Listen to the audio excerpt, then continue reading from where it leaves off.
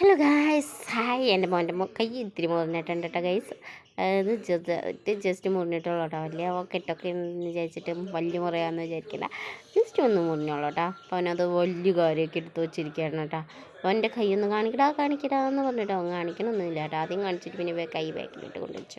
നമ്മൾ കുറേ നാളായിട്ട് ഒരു വീഡിയോ ഒക്കെ എടുത്തിട്ട് അപ്പോൾ നമ്മളിതെങ്ങനെ കൈ മുറിഞ്ഞപ്പോൾ ജസ്റ്റ് അതൊന്ന് വീഡിയോ ആക്കാം.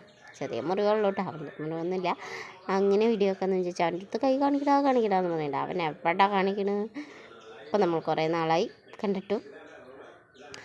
പിന്നെ ഞാൻ മടുത്തു തുടങ്ങി, കാരണം നമുക്ക് സബ്സ്ക്രൈബേഴ്സൊന്നും അധികം ആയിട്ടില്ല.